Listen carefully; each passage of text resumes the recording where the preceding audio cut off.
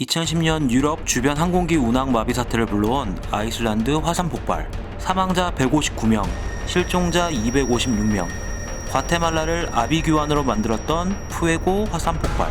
영화 속에서만 일어날 것 같은 화산 폭발이 한반도에서 일어난다면 여러분은 어떻게 대처하시겠습니까? 그럼 백두산이 정말 폭발할 가능성이 있는 걸까요?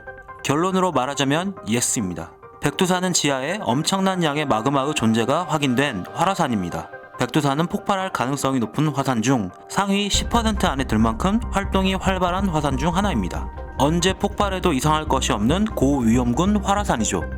화산의 폭발 규모를 나타내는 지표를 VEI라고 부릅니다. 화산 분출물의 부피에 따라 가장 약한 0부터 시작해 숫자가 올라갈수록 10배씩 화산 분출물의 부피가 증가합니다. 그만큼 피해 정도도 커진다는 의미죠. 지금까지 VEI 8이 역사상 가장 큰 화산 폭발로 기록돼 있습니다.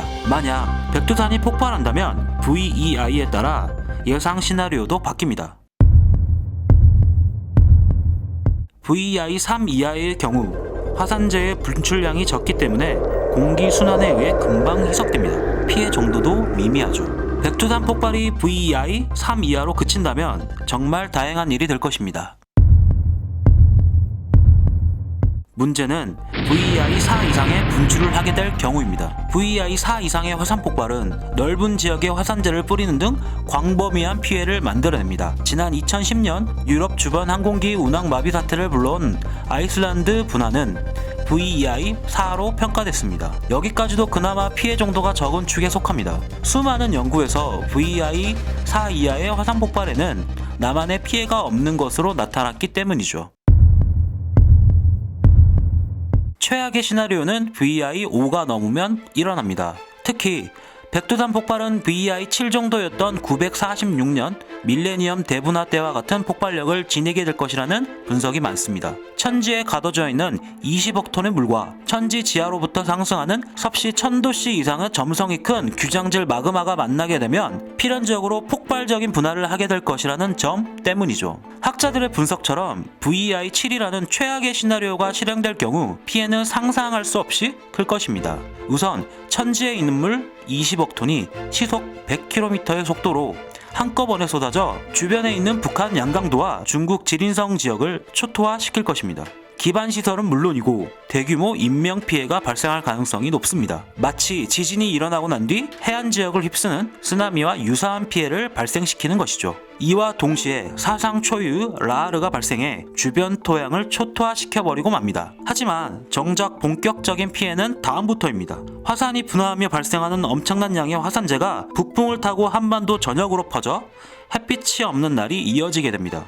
햇빛이 사라진 한반도에는 어둠이 계속되고 사람의 호흡기에 악영향을 미치는 것은 물론 4조 5,189억 원에 이르는 농작물 피해가 발생합니다. 화산재는 항공산업과 정밀을 요하는 제조업 등에도 큰 피해를 입힐 것입니다. 피해 액수로 따지면 실로 엄청난 금액이 나올 것으로 예측됩니다. 지난 2010년 아이슬란드 화산 분화로 인해 유럽 항공산업과 관광산업이 피해를 입어 1일 평균 1억 유로, 하나로 약 1280억 원의 손해를 끼쳤습니다. 2010년 국민안전처 화산재해 피해 예측 기술개발 연구에 따르면 백두산 화산이 폭발할 경우 아이슬란드 화산의 약 1000배 이상의 규모로 예측되고 있는 만큼 직간접 피해액만으로 11조 1895억 원에 이를 것이라는 추산이 가능하죠. 백두산 폭발의 피해는 한반도에 국한된 이야기는 아닙니다. 화산재가 대기권을 뚫고 성층권에 머무르게 된다면 전 세계 기온이 1년 내내 최고 2도까지 떨어져 기후변화를 초래할 수 있습니다. 1991년 필리핀 피나투보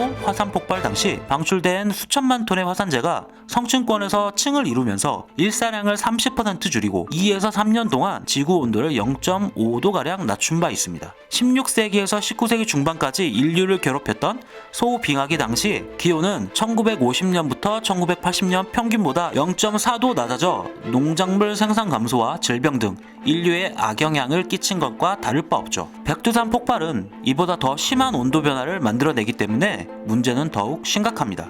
천지 아래에 갇혀있는 이산화탄소가 대거 배출되면서 인근 주민들이 질식사할 가능성도 제기됩니다. 천지 호수 밑바닥에는 섭씨 4도 후 낮은 온도와 2에서 3 메가파스칼의 높은 압력으로 인해 엄청난 양의 이산화탄소가 액체 혹은 기체의 혼합 상태로 존재할 가능성이 있기 때문이죠. 일례로 1986년 아프리카 카메룬의 니오스 호수 밑에서 화산이 폭발해 이산화탄소가 대거 분출되면서 주민 1,700명이 순식간에 사망한 것과 같은 사태가 발생할 수도 있다는 얘기입니다. 하지만 지금까지 얘기한 백두산 폭발의 피해와 가능성은 어디까지나 가정일 뿐입니다. 전문가들은 최악을 가정한 예상 시나리오에 공포를 느낄 필요가 없으며 최악의 상황이 발생하더라도 정부의 매뉴얼대로만 행동하면 일반 국민들에게 돌아가는 피해는 거의 없을 것이라고 설명합니다. 예를 들어서 강원도에 화산재가 1m 덮는다.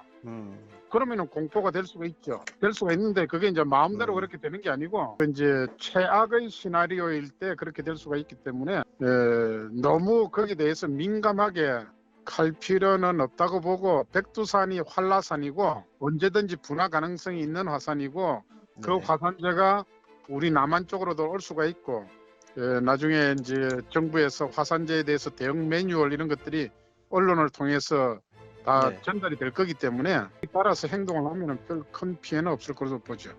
온 한반도를 공포에 떨게 한 백두산 폭발 가능성, 철저한 조사와 연구만이 혹시라도 발생할 수 있는 대규모 피해를 막을 수 있는 유일한 길이 아닐까요?